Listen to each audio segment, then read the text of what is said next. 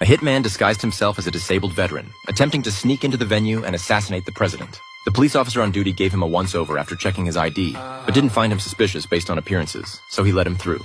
Once inside, the assassin went straight to the pre-booked room, quickly removed the prosthetic leg strapped to his thigh, rubbed his numb leg, and then walked to the window to scope out the situation. By this point, the venue was heavily guarded to ensure the president's safety. Mounted police had blocked off the entrances, snipers were positioned on the rooftops, and even tanks and armored vehicles were deployed. The level of protection was extremely high, but the president hadn't arrived yet. The hitman took out gun parts hidden in his crutch and skillfully assembled a crude sniper rifle. He then moved a chair onto the table, set up his weapon, and waited for his target to appear. The assassin's name was Mike. A few days ago, he had been hired by a rebel leader for top dollar to take out a high-profile target. Rumor had it, he never missed a shot.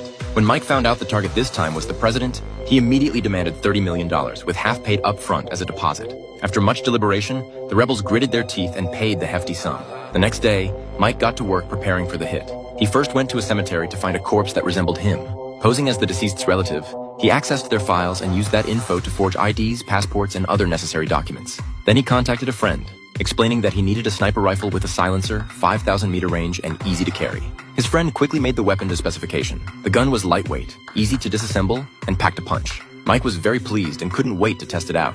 He drove to a remote area in the suburbs, marked a pineapple, and hung it from a large tree about 5,000 meters away as a practice target. Mike aimed at the pineapple and pulled the trigger without hesitation. The bullet hit the target but veered slightly to the left. He immediately made fine adjustments to the scope and fired again. This time, it hit dead center.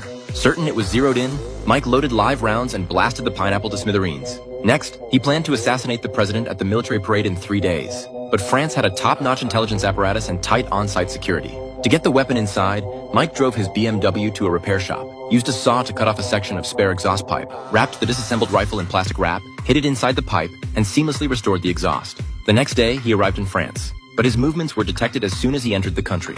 Intelligence agencies learned that a hitman named Mike had slipped in to assassinate the president and discovered he used a dead man's identity to forge a passport.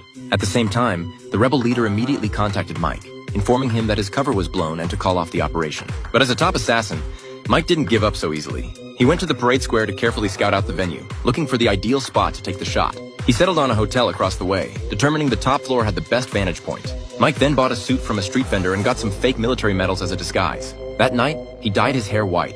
The next day, he checked into the pre-booked room, posing as a disabled veteran. He put a chair on the table and chambered around. As the bugle sounded, tanks rolled into the square and the president arrived by car. The parade officially began, with Mike ready to strike at any moment. However, at the critical juncture, the intelligence chief arrived on the scene just in time, having received intel that Mike had infiltrated the venue. The chief immediately asked the patrol officers if they had seen a disabled veteran. Once he understood the situation, the two of them rushed to the hotel. Meanwhile, the president had entered the 8x-scope's field of view. Mike quickly pulled the trigger, but the president happened to lower his head, dodging the fatal shot. As Mike prepared to fire again, the intelligence chief and officer burst into the room. Mike rapidly turned and shot the officer.